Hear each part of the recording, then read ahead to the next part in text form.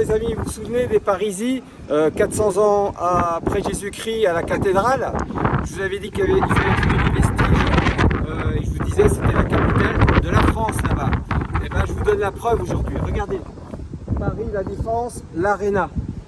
Ici, vous êtes à Nanterre. Ça aurait dû s'appeler Nanterre, l'Arena. Ils ont choisi Paris parce que c'est attractif, mais ça prouve que Nanterre, c'est Paris. Voilà. Alors, donc ce monument a coûté autour de 300 millions d'euros.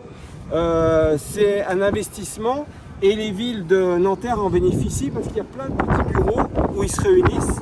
Et il y a des super spectacles, Madonna, les plus grands groupes de musique. Et aussi aux Jeux Olympiques, Monsieur Marchand en a gagné 4 là-dedans. Grâce à lui, on a eu beaucoup de prestige. Alors, je vous laisse avec Mouna qui va tout vous expliquer.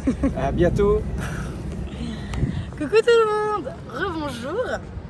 Alors oui, effectivement, nous sommes devant Paris, la Défense Arena, mais qui se situe sur le sol de Nanterre. Alors, pourquoi Nanterre?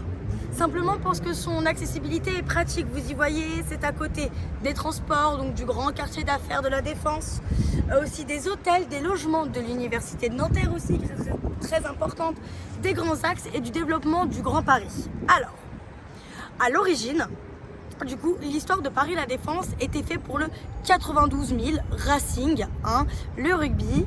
Et après, en 2010, et c'est terminé en 2017, donc la construction est de 2013 à 2017, fait par l'architecte Christian de Porsman Park, que je ne prononce pas mal son prénom ou son nom, un grand nom de l'architecture contemporaine française.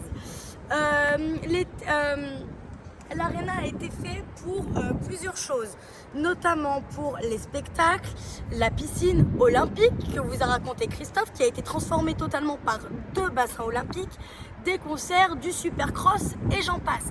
Énormément de stars internationales et mondiales y sont passées, les Rolling Stones, Kendrick Lamar, Taylor Swift qui a fait énormément de concerts et qui a fait les plus grandes dates et le plus grand nombre de spectateurs. Encore, qu'est-ce que je peux dire? Vous avez vu l'architecture?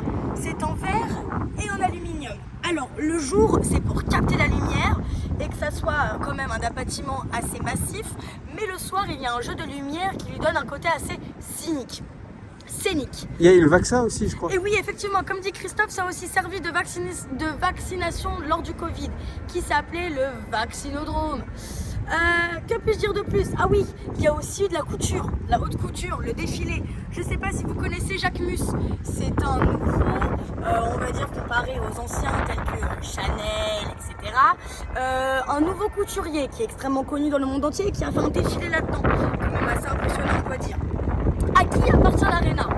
Ça, on va bien le savoir. Alors l'Arena appartient à Jackie Lorenzetti, propriétaire du Racing 92 et qui est aussi l'entreprise Olvato. Mais la Live Nation, du coup, a essayé un nouvel accord à racheter à Olvato. Donc c'est peut-être une nouvelle porte et un nouveau propriétaire qui y sera.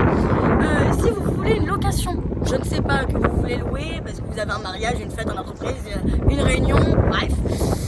C'est sur devis, voilà, parce que du coup